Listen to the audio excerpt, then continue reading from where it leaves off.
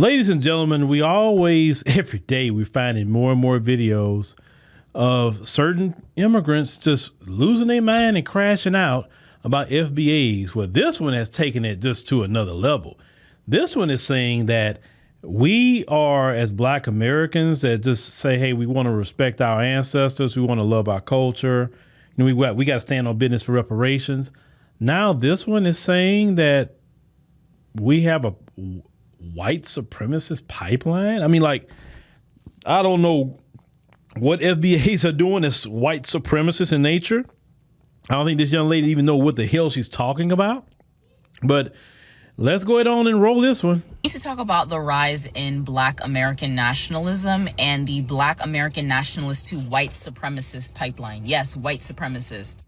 So firstly, we've seen the Jay Versace tweet that's been resurfacing, and in response, I've seen quite a few Black Americans make videos about that and say that you can always tell an African apart from an African American.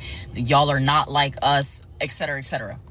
And before I even get too deep into that, I really want to ask you guys, what is the purpose of making that distinction? Why are you guys fighting so hard to make this distinction in 2025? Don't tell me that is reparations, because that's a really stupid answer. And just to speak to that point, Africans are very diverse looking people. Yes, there are people you can look at them and tell they're African, just like you can look at some people and tell, oh, okay, that's a Black American person.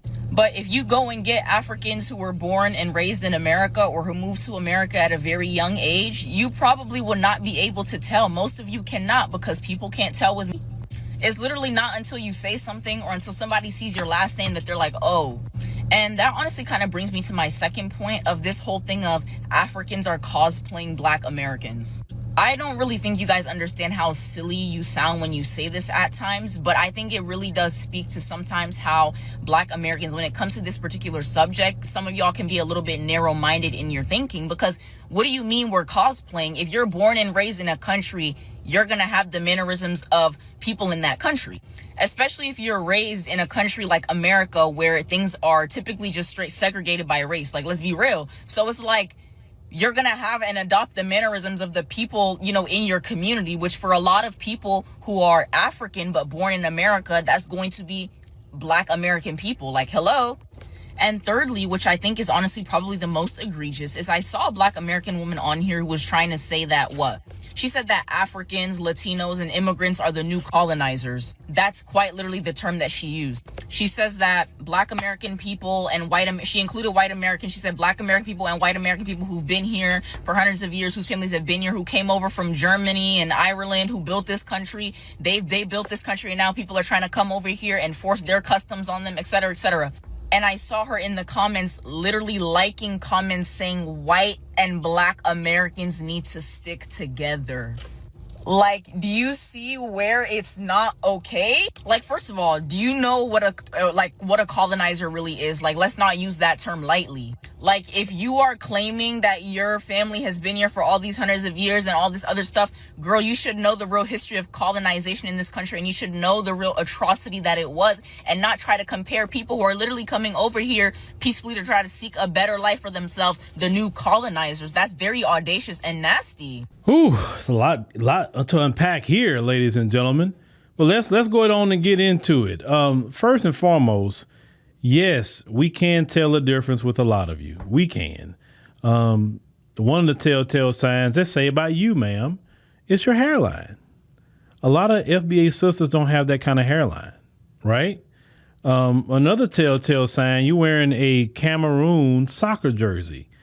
Most Black Americans don't wear nothing related to soccer. They may wear something with the NFL. They may wear something with the NBA, right? But we're not wearing soccer jerseys that say Cameroon on it, right? So it's you kind of fitting, you kind of exposing yourself on that one. But to that's here nor there. But let's get to the what you wrote on that FBA to white supremacist pipeline. How are you going to compare foundational Black Americans to white supremacists? Show us what churches we have bombed. Show us how many people we have put on trees with ropes. Show us how many towns we have destroyed of any group of people, right? Show us that how we put people in slavery, Jim Crow, how we did any of this stuff. Show us how we did this. Because you're speaking in ignorance. And I know you've been to college. I'm hearing how you speak. So you're just literally trying to make something up in your mind. What is it with some of you trying to just come up with some wild ideas? It's just wild, the stuff that y'all saying. It don't even make sense. I mean, if you're going to talk about it, at least have a better argument than that, right? Now, when the person to comment said that, well, the immigrants are coming over colonizing, I'm going to explain to you what that comment is really saying. It's not focusing on black immigrants. It's just immigration in general. Well, what the comment is saying is we have noticed that people from other countries coming to this country, they're flooding our neighborhoods. They're giving them resources, and they're wanting us to speak their language and saying, oh, well, you're going to come over here. You got to speak this language, that language. That's colonizing at that point. When you're forcing a group of people to speak a foreign language, oh, press 1 for English, 2 for Spanish, 3 for whatever. Why we have to press 2 for anything? Oh, no, it should be 1. It shouldn't be 1. It should be just answer the doggone phone. Right? That is colonization. That's what the colonizers did in your homeland. They came over. They made you speak English. They put their religion on you. Then they put their rules and laws on you. That's colonizing. Now, you worried about what people saying about how people look, how people don't look. That's not even really my biggest issue, what you're saying. But what you're trying to say is that, oh, black nationalism. Show me the instances of black nationalism. You can't have white supremacy and black supremacy in the same space. That don't work. So you can't have white nationalism and black nationalism. We are nowhere near close to any kind of black nationalism. And if black folks wanted to be on that, okay, let's say if they are. It's their country. It's their homeland. Just like in your homeland, ma'am. If y'all want to be on some sort of nationalism, what could we really do about it? That's your homeland. See, the issue is in the comment you made about, well, we come over here to make a better life for ourselves. Listen to what you just said.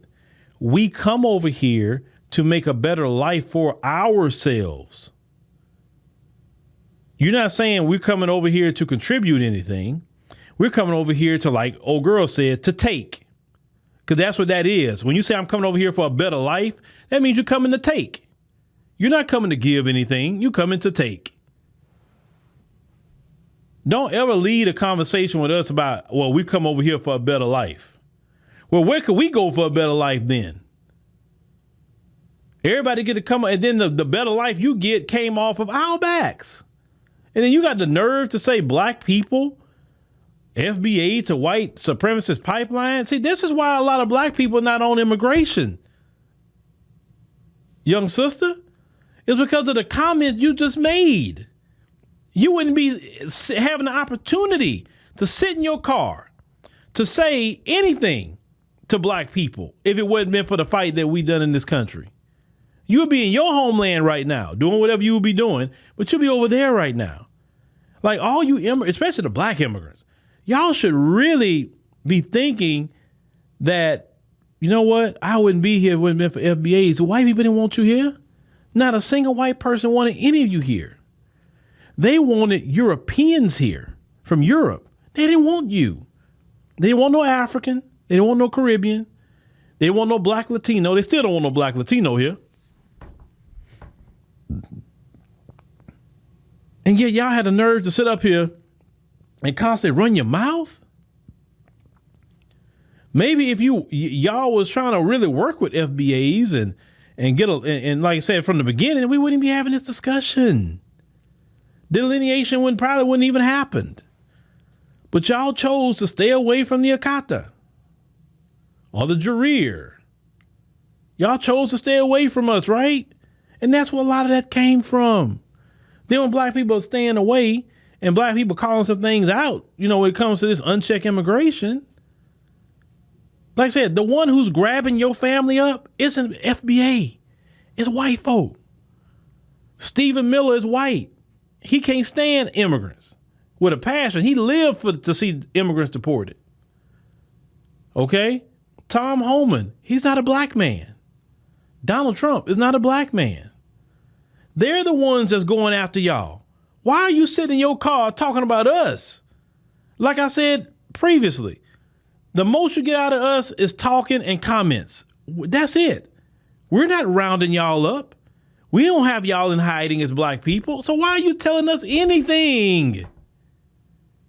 Go talk to them white folk that's doing those things to y'all. Leave us alone. While you wasting your energy and time sitting in your car talking about us, you should be talking about ICE and what they got going on. But you always don't want to never tell them nothing. You don't want to tell them white folk nothing. You always coming over here and talking to us. Because I guess that's a little easier thing for you to do. But you wasting your time talking to us. Because we ain't the one that you got to duck and dodge. ICE is the one you're going to have to duck and dodge, and maybe you're not going to duck and dodge because you were born here. But some of your people may have to duck and dodge.